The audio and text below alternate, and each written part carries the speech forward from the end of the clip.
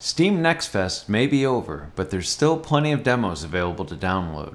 After checking out dozens of demos, I found 6 that I think are worth your time.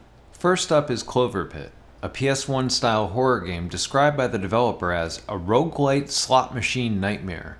Trapped in a dingy cage, you're forced to play the slots hoping to earn enough money to make your captor's quota and avoid being dropped into a death pit. As you play, you'll earn tickets that allow you to purchase modifiers that help you increase your winnings. It's a simple premise that's stylish and fun.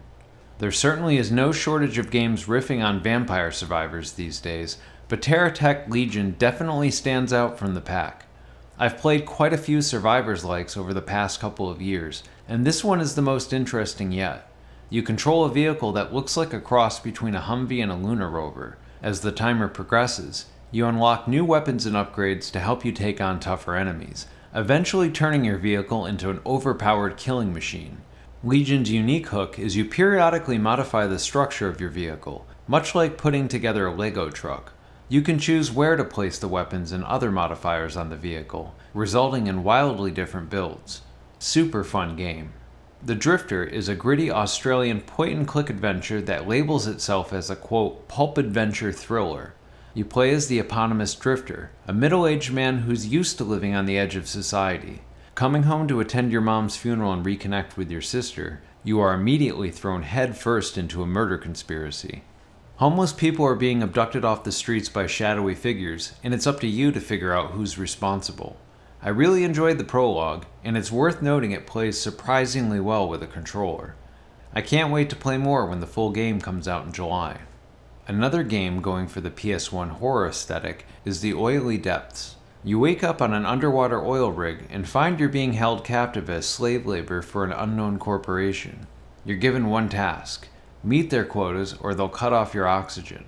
The gameplay is pretty straightforward, but the time pressure coupled with balancing multiple tasks definitely gives it a sense of urgent intensity. I dig the atmosphere and visuals and look forward to playing more.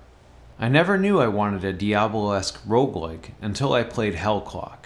Set in an alternate dark fantasy version of Brazil's War of Canudos, you play as a gunslinger fighting off demonic hordes.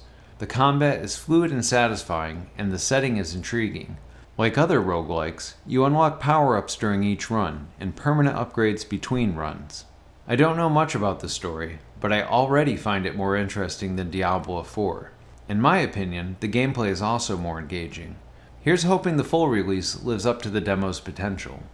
The last game I'd like to highlight is Possessor, a side-scrolling Metroidvania made by the developers of Hyperlight Drifter. An evil corporation has gone too far and opened the gates between dimensions, allowing demons to overwhelm the planet.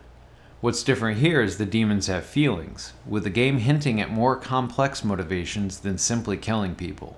Despite it feeling like there are too many Metroidvanias these days, this one still manages to distinguish itself through its narrative and unique art style. The combat also feels really good and responsive, which is essential for this type of game.